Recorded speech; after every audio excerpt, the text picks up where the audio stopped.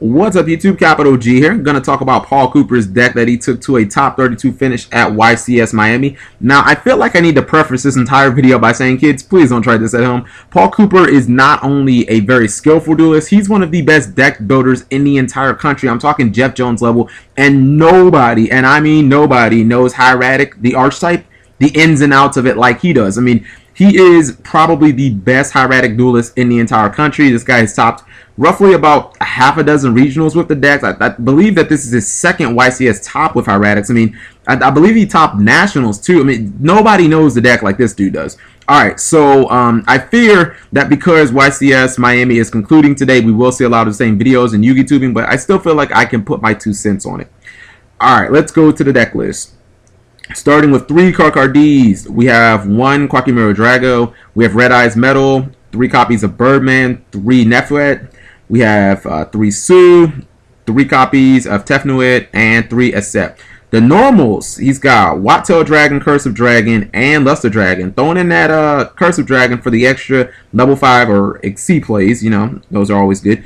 He has maxed out the hand traps, 3 Maxx Cs and 3 copies of Effect Veiler. He has 2 Hieratic Seals, 2 copies of Duality, 3 copies of Wingbeat Giant Dragon, Heavy Storm Monster Born, and here's the card, the ace in the hole, 3 copies of One Day of Peace. I told you guys so long ago One Day was broken. I think it's finally coming to fruition, and it's like, man, I look like a dummy then, but I look smart now. So, alright, let's start there. One Day of Peace.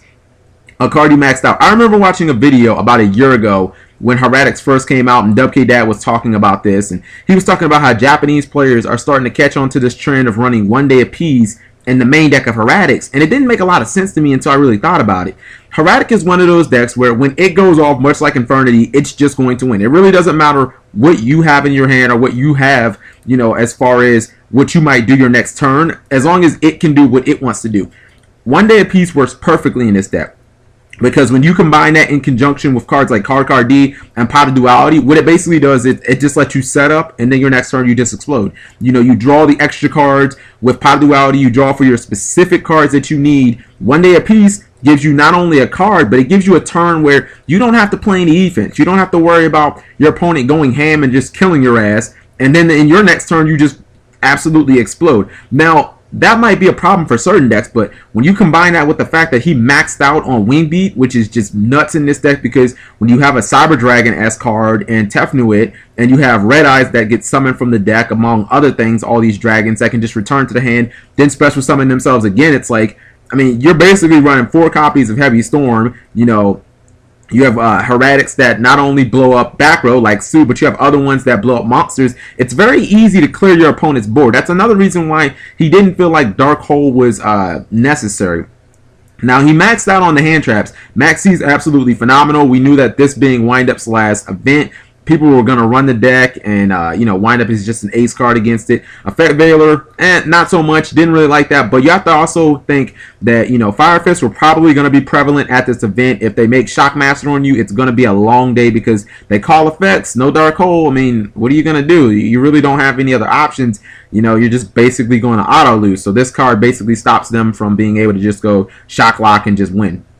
Another thing that separates this deck from the conventional is the addition of the Cursive Dragon. Cursive Dragon not only just opens up your XC plays, but it gives you more resources in case you just happen to run out of those normals. I mean, the XC plays in this deck are very important. I mean, he said that he made Tyrus, Adrius, even Zenmayo a couple of times. I mean, you basically have just a multitude of back row outs, you know what I mean? This is a format where towards the end, we're starting to see people play 3-4 back rows at a time. You know, you need to be able to clear those cards out. If you need good standalone monsters, the rank 5s are pretty much where it's at. Hieratics is a deck that I think has a lot of potential. I think that a lot of people don't know how to play the deck outside of I'm just going to OTK and, you know, hope for the best. But, you know, there's a lot of skill involved. And this is a deck where if you misplay, chances are things are not going to go well for you. And then the ultimate tech card, and I know so many people were caught off guard by this because I've been caught off guard with this card or by this card before. Quackimiro Drago. Maxx C is the ultimate answer to Hieratics. you hit it at the right time when they're special summoning. Not only are they special summoning from the hand, but you know, with a tomb, they're special summoning from the deck. You draw your Gorz, your Drago, you feel like you're in a good position. Then they summon Drago, and that all goes out the window. You can't summon any lights or darks, and it's just like, oh my goodness, you know what I mean? No Gorz, no Drago, no Battle Fader if you're playing against Monarchs. This card is the ace in the hole, and you don't have to even worry about the maintenance cost, because when he sets up his board, it is freaking game over. So, you know, I think that Hieratics are an absolutely amazing deck. I feel like people don't really give them credit. You know, you look at the main cards of the format that are considered like anti-meta, things like Macro, D-Fissure, they don't really hurt this deck that much. You know, so I found it interesting that he didn't run Gorz or Drago, but that's probably because of 1 day apiece. Nobody saw that coming, and you know, they thought, well, what is this guy doing? And then next turn he just OTK'd him, and then they were just salty. So